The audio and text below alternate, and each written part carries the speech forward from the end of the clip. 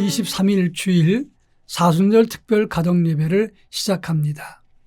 찬송가 457장 겟세마네 동산에 1절과 3절을 부릅니다.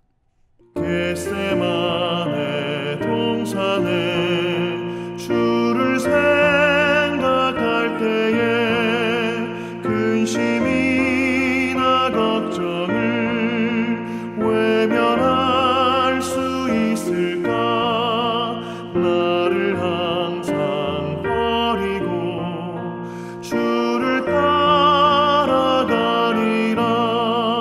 갈보리산 올라가 주를 생각할 때에 나의 많은 외로움을 비교할 수 없으니 십자가를 지고서 주를 따라가리라.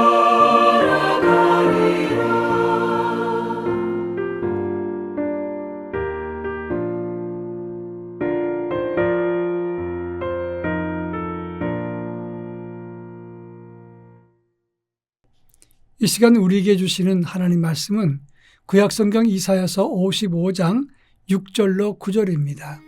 하나님 말씀을 제가 봉독합니다. 너희는 여호와를 만날 만한 때에 찾으라. 가까이 계실 때에 그를 부르라. 악인은 그의 길을, 불의한 자는 그의 생각을 버리고 여호와께로 돌아오라. 그리하면 그가 긍휼히 여기시리라. 우리 하나님께로 돌아오라. 그가 너그럽게 용서하시리라. 이는 내 생각이 너희 생각과 다르며 내 길은 너희의 길과 다름이니라. 여호와의 말씀이니라. 이는 하늘이 땅보다 높음 같이 내 길은 너희 길보다 높으며 내 생각은 너희 생각보다 높음이니라. 아멘. 지난 2005년에 제작된 엔드 오브 더 스피어라고 하는 그런 영화가 있습니다. 영화 제목은 창끝인데 우리나라에서도 상영된 적이 있었던 영화입니다. 이 영화는 아마존에 들어갔다가 숨진 5명의 선교사와 가족의 이야기를 다룬 실화 이야기입니다. 네이트 세인트, 피플 플레밍, 짐 엘리엇, 에드 맥컬리, 로저 유델리안 이렇게 5명의 젊은 선교사가 아마존의 아우카 인디언들에게 복음을 증거하기 위해서 그곳에 들어갔습니다. 그러다가 그 원주민에 의해서 살해가 되었습니다.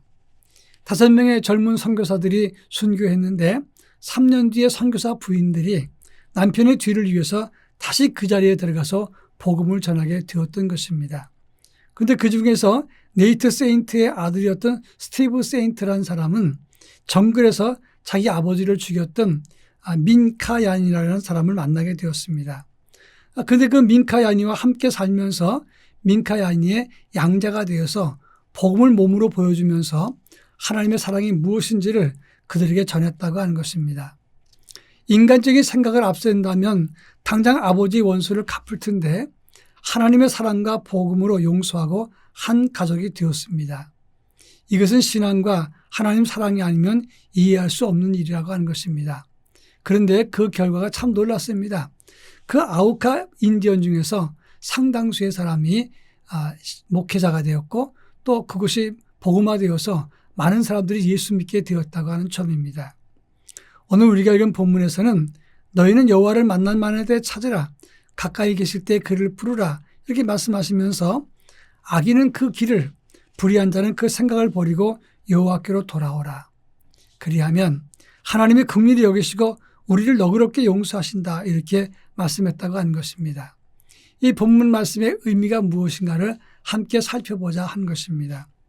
먼저 6절에서 하나님은 우리에게 하나님을 만날 만한 때에 찾으라. 그를 부르짖고 찾으라. 이렇게 말씀했습니다.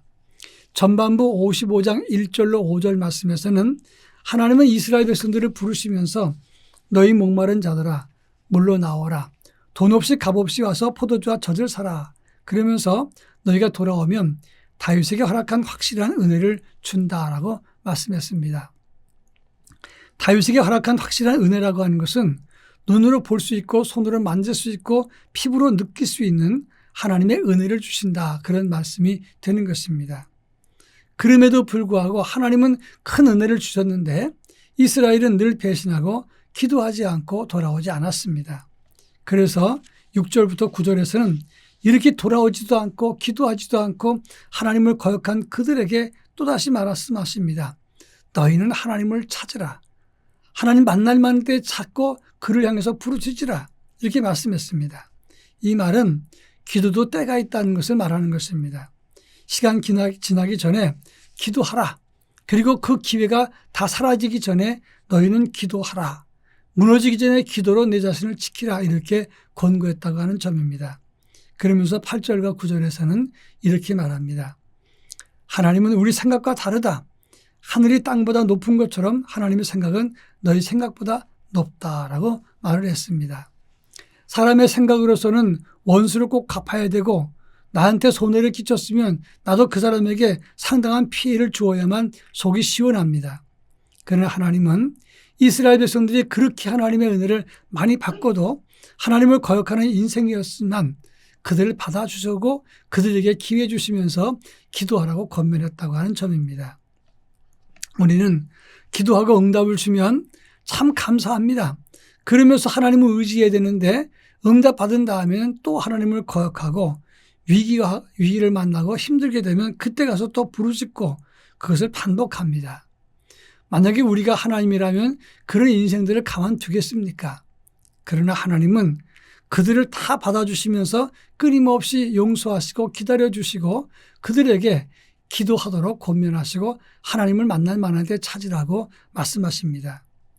그러니까 하나님의 생각과 우리의 마음과 다르다는 것입니다. 하나님의 마음과 생각은 크지만 우리는 늘 항상 하나님의 생각에 미치지 못합니다. 하나님은 우리에게 마음을 열고 기회 있을 때 아직은 시간 남았을 때 기도하라 이렇게 권면하면서 우리를 계속해서 기다리시고 참고 계십니다. 우리가 응답받은 다음에 하나님을 향해서 우리가 믿음으로 결단하는 사슬을 가져야 된다고 하는 것입니다. 끊임없이 우리를 향해서 마음을 여시는 하나님, 우리를 기회해 주시고 기다려 주신 주님을 향해서 우리도 오늘 본문에 말씀했던 스티븐 세인트처럼 그들에게도 기회를 주고 하나님의 사랑과 마음을 실천해서 생명을 건지는 역사가 있어야 될 것이다 하는 것입니다. 바라기는 주님이 기다려 주신 것을 기억하고 우리도 누군가를 기다려주고 더 늦기 전에 기도하고 돌이켜서 하나님의 자녀로 살아갈 수 있기를 바랍니다. 다 같이 기도합니다. 사랑 많으신 하나님 아버지, 끊임없이 우리를 향해서 돌아오라, 내가 너희를 위해서 복주리라, 기도하라, 내가 응답하리라 말씀하셨지만 우리는 그렇게 하지 못했습니다. 또 한 번 주님은 우리를 향해서 기회 있을 때, 만날 만한 때, 하나님을 찾을 만한 때에 찾으라, 기도하라 말씀하시면서 내가 너희를 도우리라 말씀하셨습니다. 기회 놓치기 전에 하나님을 향해서 믿음으로 간구하고 주님을 만날 수 있게 도와주옵소서.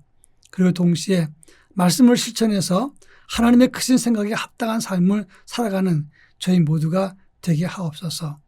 하나님의 생각이 크시고 마음도 크신데 깨닫지 못할지라도 우리 주님만을 바라보고 나아가는 아버지의 거룩한 자녀로 살게 하옵소서.